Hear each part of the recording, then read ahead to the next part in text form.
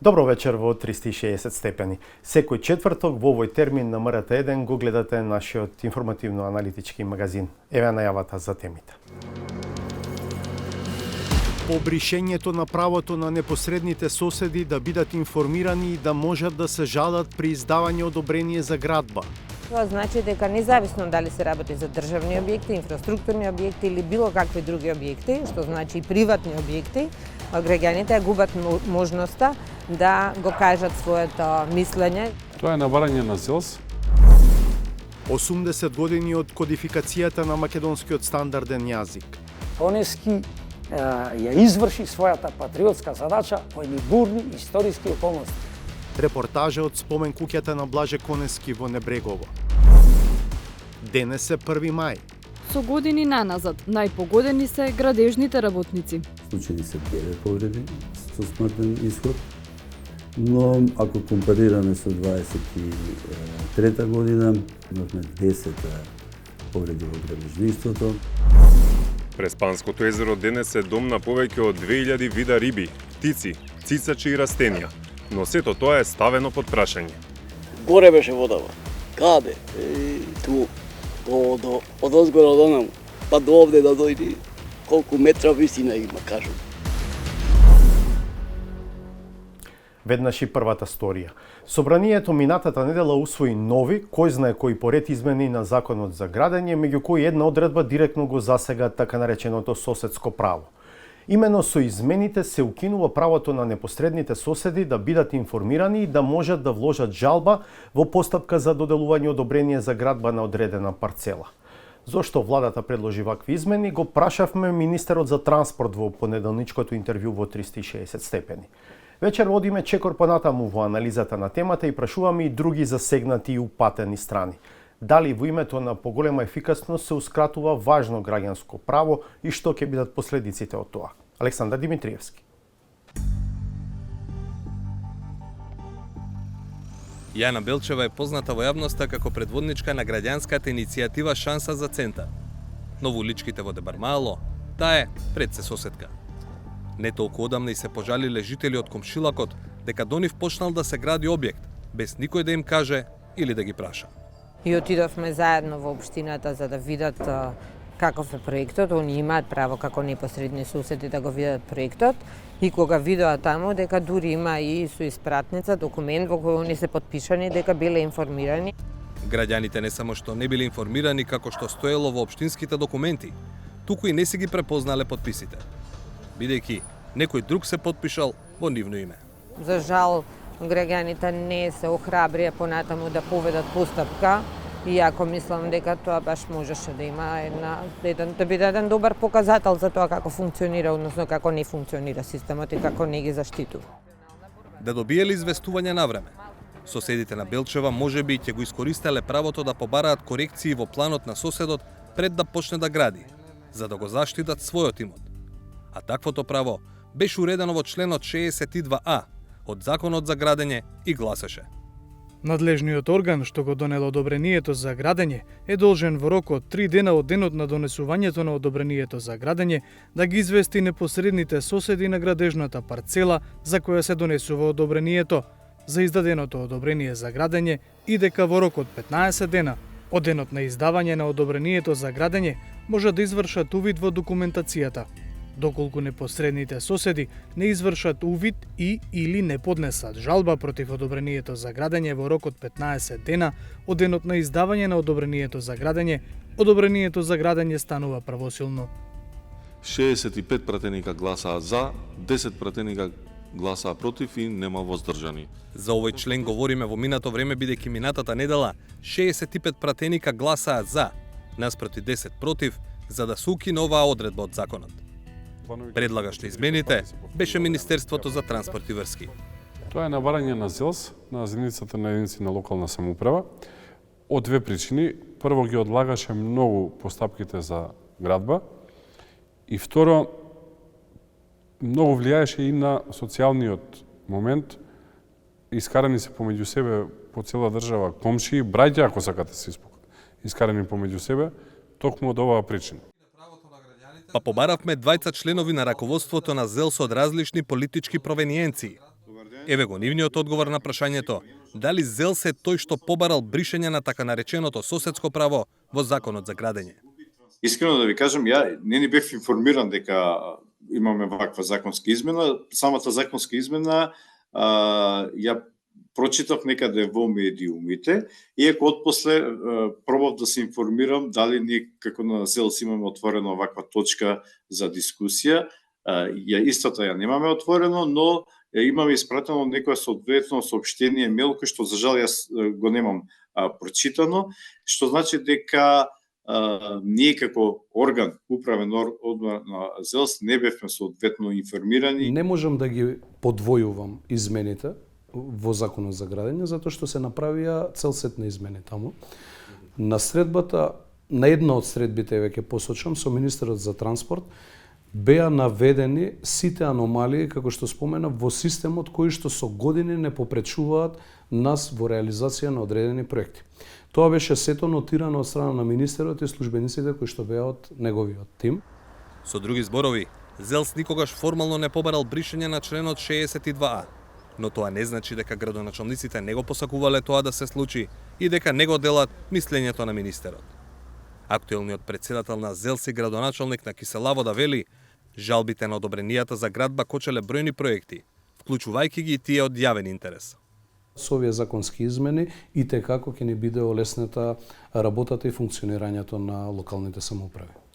Веројатно вашето искуство, како што велите, покажува дека има злоупотреба на овој механизам, но од друга страна сигурен сум дека има и случаи каде што е употребен правилно, односно сепак тоа беше едно право на граѓаните, таму каде што можеби ќе сгрешат општинските служби или пак има некаков друг тип на самоволија да се направи некаква корекција. Па видете, граѓаните пред се ни се важни на сите нас. На крајот на денот, јас сум политичар кој што ја има оваа позиција благодарение на тие граѓани кои што ме бирале мене и истите го имаат највисокото право според мене во одлучувањето за било каков процес.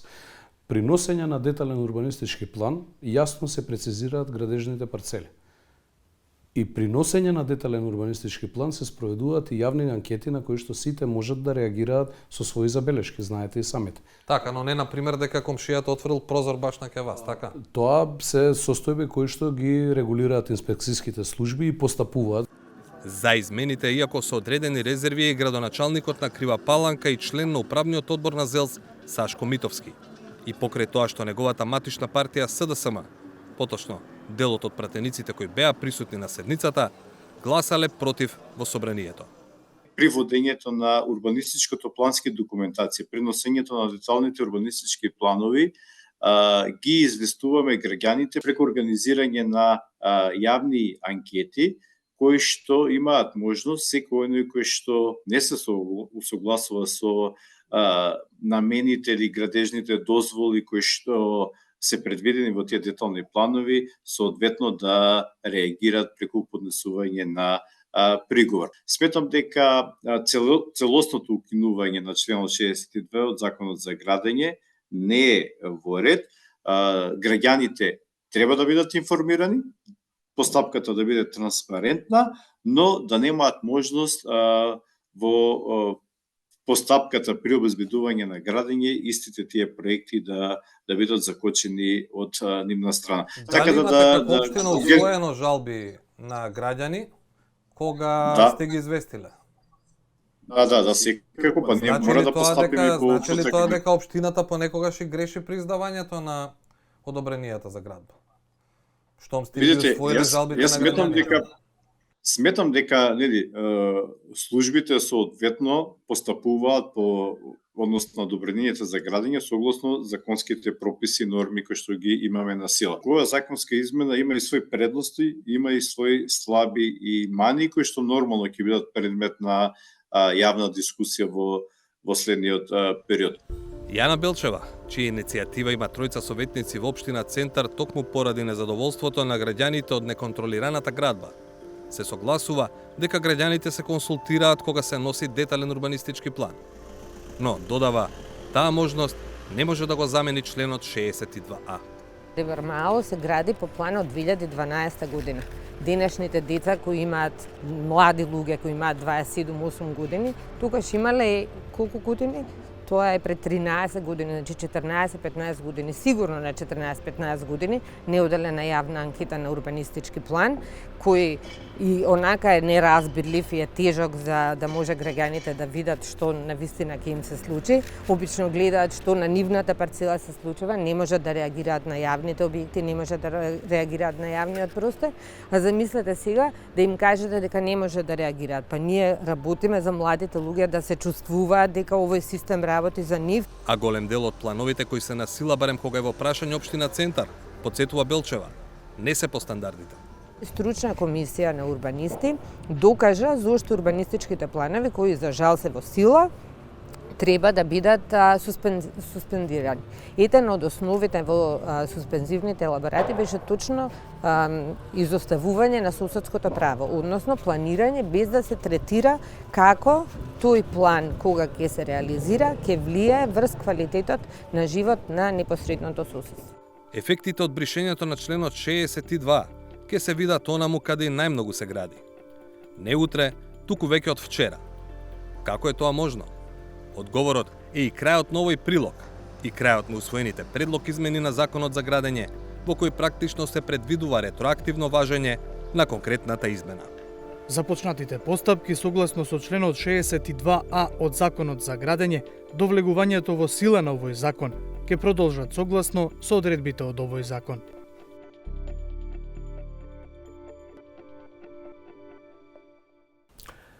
Денеска, кога се одбележува 1 мај, меѓународниот ден на трудот во сеќавање на жртвите од штрajковите во Чикаго од 1886 година, го отвораме прашањето за жртвите на работното место кај нас. Какво е нивото на заштита при работа, што покажува статистиката, зошто нема единствена статистика, колку работници се свесни и пријавуваат кога работодавачот не им овозможува безбедни услови, како се поставуваат судовите кон оваа тема. Од сторијата на Галена Николовска-Ризвановиќ. Засадување млади дрвја во чест на работниците кои минатата година ги загубиле животите при несреќи на работното место. Ова е само една од активностите со кои во Скопје се одбележа 28 април, Светскиот ден за безбедност и здравје при работа. Организатор на настанот беше Македонското здружение за заштита при работа, од каде порача дека жртвите не се само бројка. 2024 година во Македонија се имаат случајни 17 несреќи со фатален исход, што е во пораст од 2023 година кога имавме 15 несреќи. Според извештајот на здружението, се случиле повеќе од 116 повреди на работното место. Не завршиле со смртен исход, но укажуваат дека мора да се работи на превенција, вели Славица Јанкова од здружението. Не само да креираме систем за евиденција на бројки, да правиме статистика. Потребно е дополнително со користење на додатни информации, потребно е да се направи анализа на настанатите повреди. Дали се проценети ризиците, дали се преземени мерки, дали работникот е од внимание на работникот, дали работникот бил обучен, дали работникот ги знаел своите работни задачи и така натаму. Значи потребна е целосна анализа на настанатата несреќи и повреда при работа, за да може и тоа одделно по сектори, по дејности, за да може тие понатаму да ги користиме, да не се повторуваат грешките. На одбележувањето беше и градоначалникот на општина Аеродром Дејан Митески.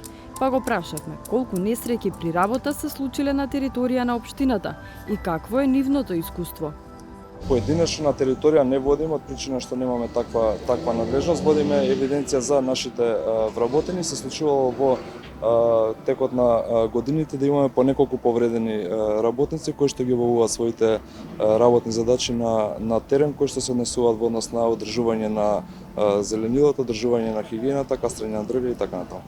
За какви повреди станува збор? Најчесто полесни повреди случајни при несреќни случаеви без фатални последици. Некои од нив водат постапка во пред суд, мислам дали? Не, за среќа немаме такви постапки, сите случаеви на повреди се решаваат спогодбено. Иако законот предвидува несреќата при работа да се пријави во рок од 48 часа од страна на работодавецот, тоа често не е случај, вели адвокатката Наташа Стаменова. Според неа, работниците мора да се охрабрат ако сакаат да ги остварат своите права. Таквиот пристап довел до поволен исход за нејзин клиент кој се здобил со тешка повреда на работното место. Тој случај заврши поволно, да речем, за работникот, бидејќи работодавачот, односно фирмата, се согласи спогодбено да му исплати надомесна штета на работникот, и таа надомесна штета се утврдува согласно вешт наот и мислење, односно каков вид на повреди, каков тип на повреди има работникот, па согласно вешт наот и мислење ние пуштивме тужба, меѓутоа постапката се скрати со тоа што тужениот, односно фирмата, беше согласна спогодбено да му исплати на работникот. Работникот беше задоволен со постигнатата сума и продолжи да работи кај тој работодавач. Но додава Стаменова, не треба да се пријавува само откако ќе се случи несреќа. Дури пред да се случи некоја ваква повреда, работниците треба да се охрабруваат, да пријавуваат доколку имаат недостиг на опрема, односно работодавачот не им ја овозможува потребната опрема за работа, бидејќи тоа е основата за безбедност и здравје при работа, кое што се утврдени, во Законот за безбедност и здравје при работа. Кога се во прашање несреќите на работно место со смртен исход, според статистиката на Сдруженијето за заштита при работа, најпогодени сектори се јавната управа и одбраната, градежништвото, земјоделството и преработувачката индустрија. Но проблем е што нема официјални заеднички податоци. Сдруженијето ги собира податоците од медиумите и други извори, а посебни статистики водат Државниот инспекторат за труд и Институтот за јавно здравје, но ниту едни не се совпаѓаат со другите. Според податоците од Сдруженијето, во 2024 година се случиле 116 повреди на работа. Според евиденцијата на Институтот за јавно здравје имало 728, а во извештајот на Трудовиот инспекторат се регистрирани 2499 повреди на работа. Бројките се разликуваат и во податоците за несреќи кои завршиле со смртен исход. Сдруженијето пресметало 17 случаи, додека официјалните податоци на инспекторатот покажуваат 13 жртви. Институтот за јавно здравје нема податок за несреќи со фатални последици. Од Државниот инспекторат за труд сепак остануваат на своите бројки, дека лани имало помалку починати работници на работно место, но потврдуваат дека има зголемување на бројот на несреќи. Во 2020-та имало 1500 повреди, за лани да стигнат до 2463 случаи, што е зголемување за околу 64% за само 5 години. Инспекторот Горан Поповски од Трудовиот инспекторат вели дека тие не водат само статистика, туку и анализираат како настанала несреќата при работа. Повеќето, како што вели, не се случиле по вина на работниците. Најголем дел е неприменети мерки од безбедност и здравје пред од страна на работодавачите. Значи, секторот за инспекцијски надзор прави соодветни анализи и за жал причините се во неимплементираните мерки што се предвидени согласно закон и подзаконските акти. Кога веќе ќе се случи потешка несреќа, инспекторатот има два главни механизми за санкција. Во ситуација кога имаме вакви повреди при работа со фатален исход, се оди со кривични пријави. Кога имаме повреди при работа со посериозни повреди, значи можеме и прекршечно да ги гониме. Согласно Закон за безбедност и здравје, прекршоците, зависно од големината на работодавачот, се движат од 1000 до 4000 евра. Со години наназад, најпогодени се градежните работници. Од оваа бројка од 13 смртни повреди, најризична дејност е градежништвото. Случени се 9 повреди со смртен исход. Но ако компарираме со 23 година, тога имавме 17 повреди со смртен исход, меѓутоа имавме 10 повреди во градежништвото. А за да се спречат повредите на работното место, односно да се осигура почитување на прописите, на терен постапуваат 126 инспектори, од кои 46 се само во делот за безбедност и здравје при работа. Според достапните податоци на интернет страницата на инспекторатот, неминовен е заклучокот дека додека расте бројот на несреќи на работно место, се намалува бројот на надзори. Во 2020 година трудовиот инспекторат успеал да изврши 33.784 надзори. Во 2023 таа бројка паднала за речиси 1/3 на 23.550. Во одговорот на прашањето зошто, Поповски се фокусираше само на последната година, за која се уште не се објавени целосни податоци. Конкретно за 24 година планираните надзори беа негде околу 21.000, а спроведени се 25.000 надзори. Зборам во двете области, работност и безбедност и здравје, при што ние констатираме зголемување на надзорите од 16%. Тоа е факт кој што ние го презентираме во сите средби. Иако Поповски се брани дека има раст на надзорите во 2024 во однос на 2023, тој сепак признава дека инспекторатот има проблем со кадар. Во Скопје имаме најголема активност во сите дејности. Застапени се, го покриваме со 7 инспектори и релативно тоа е проблем. Во смисла на планирање на идни вработувања за оваа година, за 25-та година одобрен ни е годишниот план за вработување, предвидени се 3 вработувања, 3 пензионирања и негде 22 унапредувања. Во план се и други работи. Со помош на Европската Унија ќе се зголемува капацитетот на инспекторатот. Се прави и тренинг центар за унапредување на вештините на инспекторите. Се планира и единствена база на податоци за несреќи на работното место. Резултатите ќе се видат веќе следната година. Дали и колку садници ќе се засадат за загинати работници.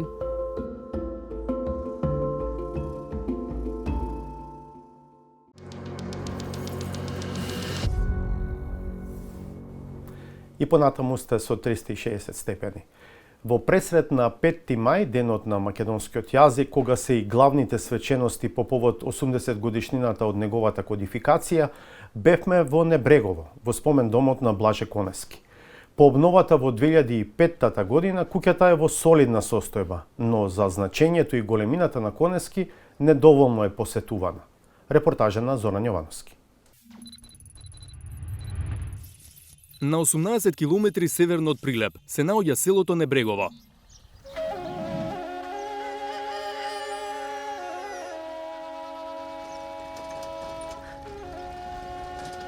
Има стотина жители и многу куќи изградени од камен. Но една од нив има особена важност. Јазикот е нашата татковина, рекол големиот Блаже Конески, таткото на современиот македонски литературен јазик. Тоа е само дел од неговата богата професионална биографија. Неговата животна приказна тргнува токму од оваа куќа во Прилепско Небрегово. Конески е роден во 1921 година, во куќава што сега е негов спомен дом, прогласен за споменик на културата и заштитен со закон. Во неа живеел до 7-годишна возраст кога завршил прво оделение. Добре дојдовте во спомен домот Блаже Конески. Кустосот Горанче Цветковски вели дека Прилепскиот музеј во овие простори се обидел да го долови периодот од неговото детство. Прво одделение, дневникот за училиште, еве како познат. Сакавме да прикажеме автентичноста, дека не можеме се да вратиме назад, меѓутоа автентичноста, еве ја вистински како изгледала куќата пред нејзиното обновување 2005 година, каде што реков, славиме 20 години од нејзиното возобновување. Спомен домот, или некогашната куќа во која живеел Блаже Конески е роден, е олицетворение на една руралска архитектура која го кажува начинот на живењето. Традицијата, традиционалниот начин на живењето и живењето во куќата го даваат тоа, дека се занимавале со земјоделие, со тутун прекодежно, се занимавале со сточарство, неколку кози, крави имале, така одел начинот на живење. Овде можете да видите различни предмети кои го кажуваат начинот на кој се припремала храната. Од котле и тава до тањири, керамички, дрвени, аван, кој го прикажува начинот на кој се хранеле. Имале дневен престој за одмор по напорниот ден со отоман долж целиот зид и колепка за децата. Дел од експонатите се оригинални од семејството Конески, а дел се собрани од други домаќинства во селото. Сите сведочат за тоа време. На горниот кат пак има две простории. Во едната е сместен разбојот на кој најмногу ткаела неговата баба. Во другата соба пак е пресликана просторијата во која Конески работел и творел.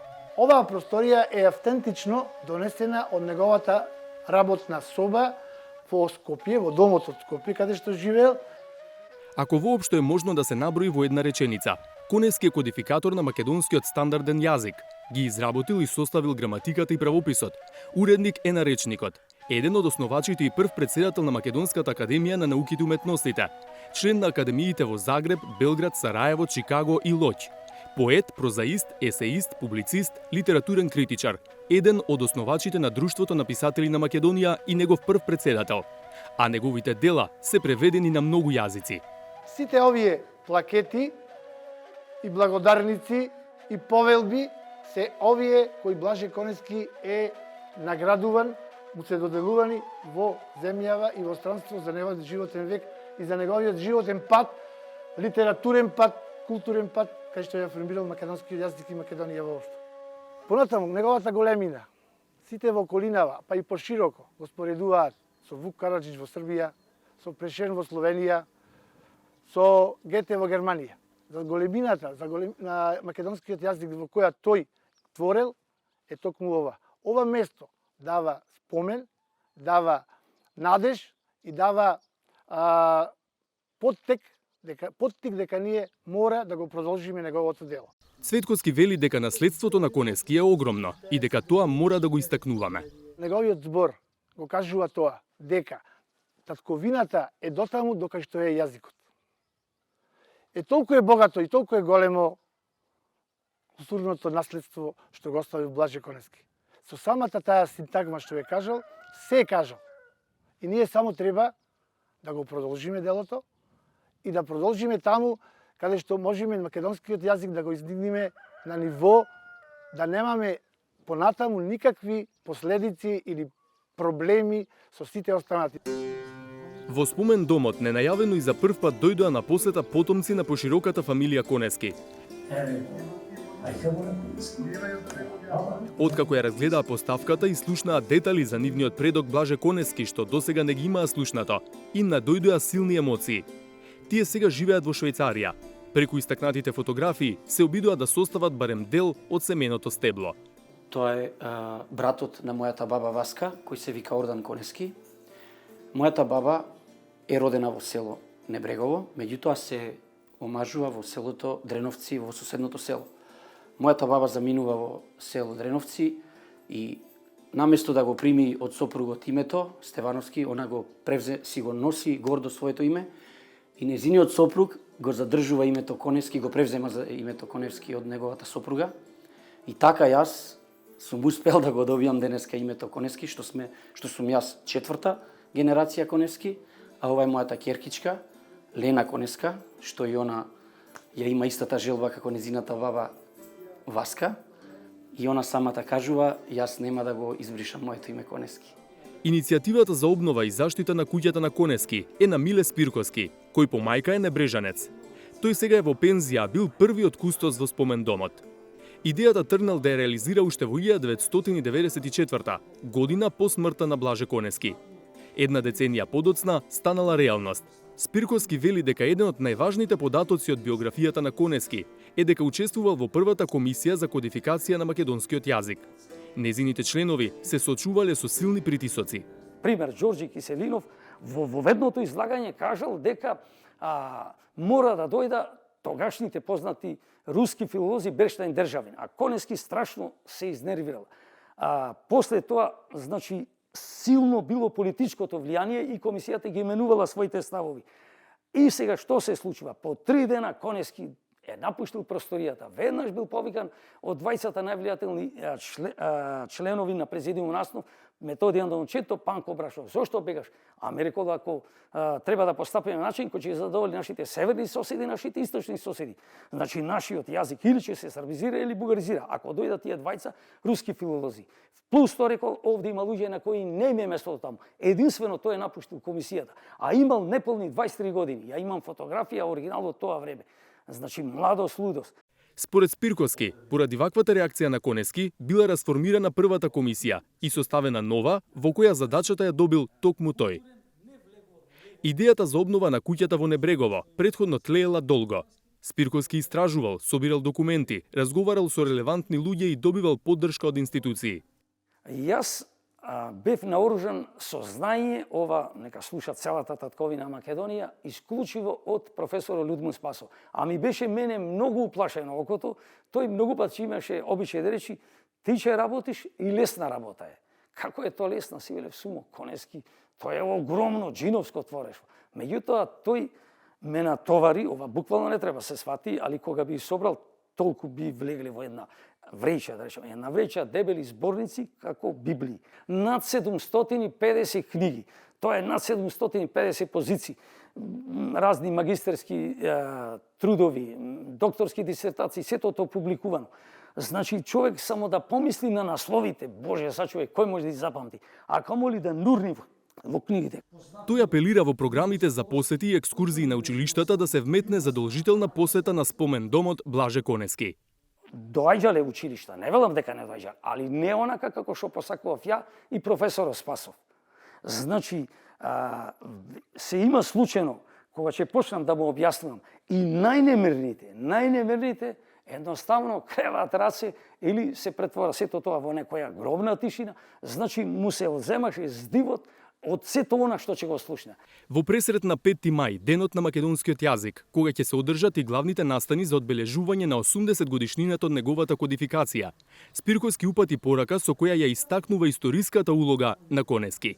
До неговата појава, на неговите сонародници му е велено дека се де срби, де бугари. Конески ја изврши својата патриотска задача во едни бурни историски околности. Она што македонците, македонскиот народ, може би не може да го освојат со илјадници пушки и стотици топови тешка артилерија. Небрежанецот македонец Конески успеа да го освои само со перото. И на крајо, може би заслужува да го речам ова. Многу почитувам, професоре, господине Блаже Конески, сакам наш учителу. Со длабока почит пред твоето дело останува нашиот завет. Да го чуваме. Зборот, ќе го нагласам уште еднаш и подлечам со остра линија. Да го чуваме зборот мајчин македонски. Во близина на спомен домот е училиштето во кое Блаже Конески завршил прво оделение. Во него сега е штуро, но истакнати се важни експонати. Дневникот на неговата учителка Милица и нејзината заклетва, како и списокот со ученици. Веднаш до училиштето е црквата Свети Никола, опеана во песната црква на Блаже Конески. Во тек се активности за и овие два објекта да бидат обновени и заштитени, со што ќе биде комплетиран поголем комплекс, кој ќе сведочи за животот и делото на великанот Блаже Конески во неговото родно Небрегово.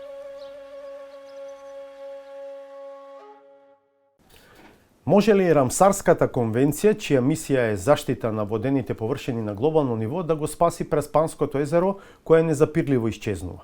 Надежта е голема, особено по последната посета на советодавното тело на конвенцијата на трите држави што го делат езерото и најавата дека до летото ќе излезат со препораки. Михаил Милошевски на оваа тема.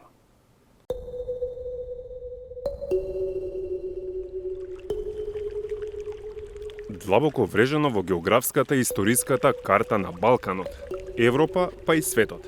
Преспанското езеро се проценува дека е старо меѓу 5 и 2 милиони години. Денес тоа е дом на повеќе од 2000 вида риби, птици, цицачи и растенија. Но сето тоа е ставено под прашање. Многу е. Олечено овие објекти не беа тука. Немаше ништо. Ја како памтам, код дете, горе беше водава. Каде? Од озгора до наму, па до овде да дојди, колку метра висина има, кажу. Кајчињата што некогаш биле закотвени во езерото, сега пливаат на сув брег. А некогашните плажи се само потсетник за она што било туристичка атракција. Алармот е одамна вклучен и кај домашните, но и кај меѓународните институции. Едно од нив е Рамсар мисијата, под чија заштита езерото е од 1995-та. Рамсар е меѓународна конвенција за заштита на водени површини, која е потпишана од 90% од земјите членки на Обединетите нации. Неодамна, представници на конвенцијата го посетија езерото и најавија препораки за спас. Повеќе од очигледно е дека со текот на годините Преспанското езеро изгубило огромно количество вода, а со тоа несомнено и дел од својата убавина. Најавените препораки од Рамсар мисијата се можеби последната сламка за спас на езерото. Секако, доколку доследно до нив се придржуваат Македонија, Грција и Албанија. Советодавното тело на Рамсар направи обиколка на езерото во трите земји. Ги собра потребните податоци во координација со представници од државите што го делат езерото, а првичните резултати ги најави за јули. Препораките може да бидат нови, но причините зошто Преспа губи вода се добро познати. 360 степени известуваше за нив пред 5 години. Езерото постојано губи вода бидејќи го полни Охридското, кое е на пониска надморска височина од него. Потоа тука е злоупотребата на вода за земјоделството. Последните години голем фактор се климатските промени изразени преку намалени врнежи на дожд и снег. Поголемиот број проблеми се познати за локалните власти, вели градоначалникот на Ресен Јован Тозиевски, и дополнува дека единствено со заеднички сили, подкрепени со меѓународна помош, би можело да се зборува за потенцијален спас на езерото. Навистина не е преголем делот на локалната самоуправа, каде што може да, но слободно можам да кажам, па од друга страна нас најмногу не боли, мораме најмногу да бидеме посветени. Очекувам огромна помош од Рамсарската конвенција, а најмногу во делот на детектирање на проблемите, но и поставеноста на сите чинители на едно место за заеднички да го пронајдеме решението за Преспанското езеро. Локалната самоуправа и во моментов добива помош од Европската Унија преку проектот ЕУ за Преспа, вреден 18 милиони евра. Преку него се очекува да се работи на изнаоѓање решенија за заштита на езерото и регионот, како и на ендемските видови што обстојуваат тука. Најмногу ме влева надеж подпишувањето на тој договор, да кажам, меѓу најрелевантните чинители во трите држави, но во секој случај и заинтересираноста на Европската Унија.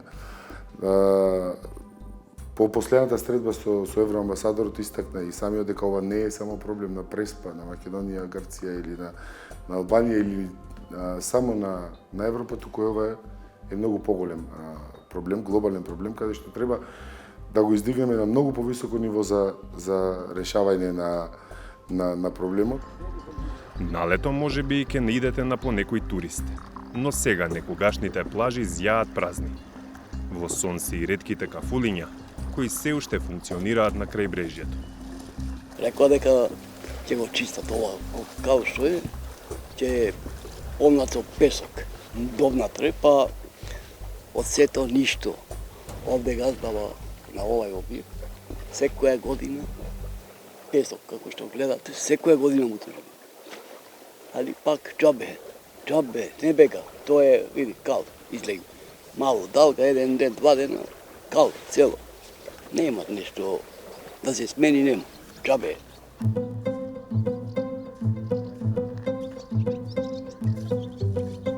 Недалеку од ова место се наоѓа викенд на селбата во селото Предор. Таму го сретнавме 80-годишниот Петре Јончевски кој живее во Битола. Викендичката е изградил во 80-тите години на минатиот век. 20 години од животот ги поминал работејќи во Париз, но вели дека ништо не може да се спореди со мирот што го нуди Преспа. Преспа како Преспа друга нема, да се разбереме. Независно каква е и што е. Ако погледаме колку планини окружуваат и што имат на средина едно езеро убаво, пред исчезнување на жалост, е Калифорнија, како да речем. Ама не та Калифорнија во Америка, што е, да речем, наша овдека. Сите услови за човек да си го продолжи живот. И покрај фактот што овој предел го има можеби најчистиот воздух во земјава. Иончевски вели дека не може да се оди против климатските промени, кои во комбинација со човечката негрижа и фактот што се уште не постои системско решение, се смртоносна комбинација за состојбата на езерото, кое буквално исчезнува пред нивните очи. А да се спаси езерото, песимизам. Ако ја погледаме Иван планина, во Мала Преспа, вамо, Галичица таму, Перестер одавде, сите се голи, нема снег, нема... Значи, тој снег требаше да остане и летно време да имат. Затоа што ако остане некоја длапка, кај што да рече, ако има снег, тој ќе црвоса, ама ќе остане летото. И па тој ќе се стопи, ќе си оди пак во земјата. Нема дотек. Песимистички на состојбите гледа и еден од ретките постојани жители на селото, 88 годишниот Јордан Ефтимов.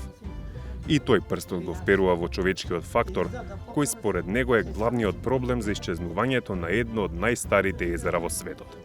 Езерото слезе са наполна трска, никој не одржаваше, значи го изгубим на езерото. Од луѓето. Не, природата што од природа не можеме да се бориме. Ама кој ќе се чистеше, кој ќе се одржаваше, не ќе имаше песок. И војската ја чистеше плажата. Не може да се чисти езерото. Да е натово ќе вадиш некој отров, ќе изгори требата. Во езеро не може, ќе утриш сите риби. Тој е скептичен дека ќе се реши проблемот. Неоти нема решенија, туку зашто не верува дека има заинтересирани страни, кои вистински ќе се заложат. То може да спречи тамо, кој ќе го финансират. Езерото е на сите, да е на еден како било. Да е еден, ќе пипер ќе и кромит, ќе исплатиш стан од куќата. Ако е на сите, ако имаш да речеме поќе браќа да пуштат, не можеш ништо да направиш. Кај нас тоа е. Не интересат ни грците, ни албанците. Но во Рамсар мисијата има експерти од Албанија и од Грција кои се заинтересирани да се спаси езерото. Што би можело да се очекува да понудат како решение, од Министерството за животна средина не ни открија во детали. Генерално, вели советникот во секторот заштита на природата Исуф Фетај, главна тема на посетата било управувањето со нивото на водата и хидролошката рамнотежа во него, со фокус на соработката меѓу трите соседи на прашањата. Мисионin e fundit të Ramsar, të cilën e kemi kërkuar ne si shtet nga viti 2021, pas kërkesës son i është bashkangjitur edhe Republika e Shqipërisë dhe e Greqisë.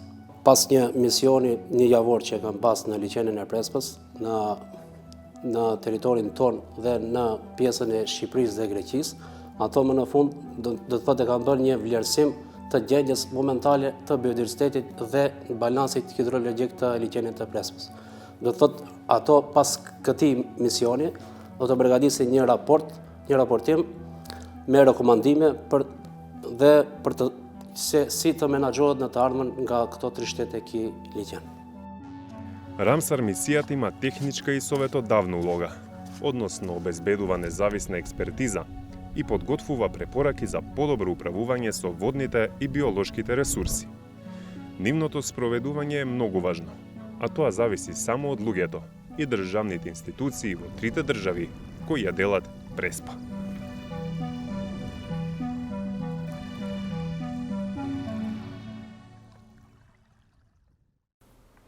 Останете со 360 и во следните минути да го одгледаме новото издание на Саботажата.